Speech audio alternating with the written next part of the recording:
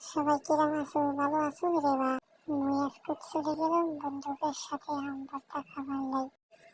চলুন ভিডিও শুরু করা যাক। এখানে সবকিছু কাটাকাটি করতেছে মাহমুদুল্লাহ, ইউনুস, মেহেদি আর নাজিল। ওইদিকে নুমান দাঁড়ায় দাঁড়ায় তার প্রেমিকার সাথে কথা বলতেছে, এইদিকে মেহেদি গাছের সাথে হেলান দিয়ে ঘুম যাচ্ছে।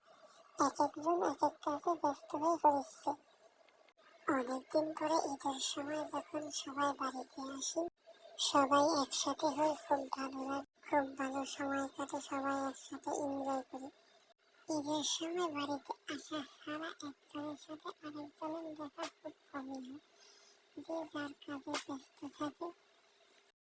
সবাই খুব ব্যস্ত মানুষ, ব্যস্ততাই যাদের নিত্যদিনের সঙ্গী। এদিকে তো নুমান খুব পিনিকে আছে, মোবাইলে গান বাজিয়ে কি নাচা নাচতেছে রে বা।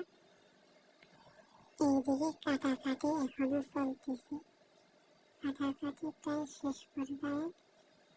কাটাকাটি শেষ হয়ে গেল, এখন তেঁতুল দিয়ে মাখাচ্ছে। তেঁতুল দেখলে কাদের যেন জিভে জল এসে যায়। তেঁতুল দেখলে কি আপনাদেরও জিভে জল এসে যায়?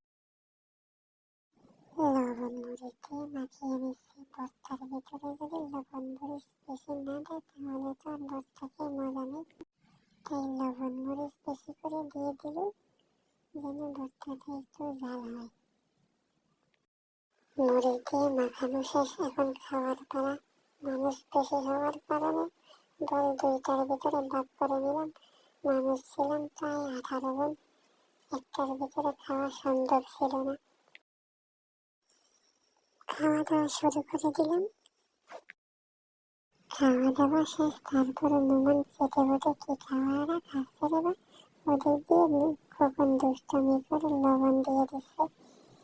এদিকে ইব্রাহিমও এখনো শেষ করতেছে না, আমার বাড়ির জন্য নিয়ে যাচ্ছে। সারাদিন কি যে করবো। খাওয়া দাওয়া শেষ, এখন সবাই বাড়ির দিকে রওনা দিলাম।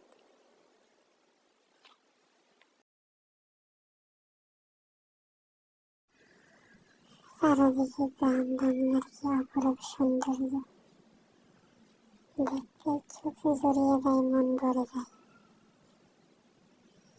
আজকে এই পর্যন্ত।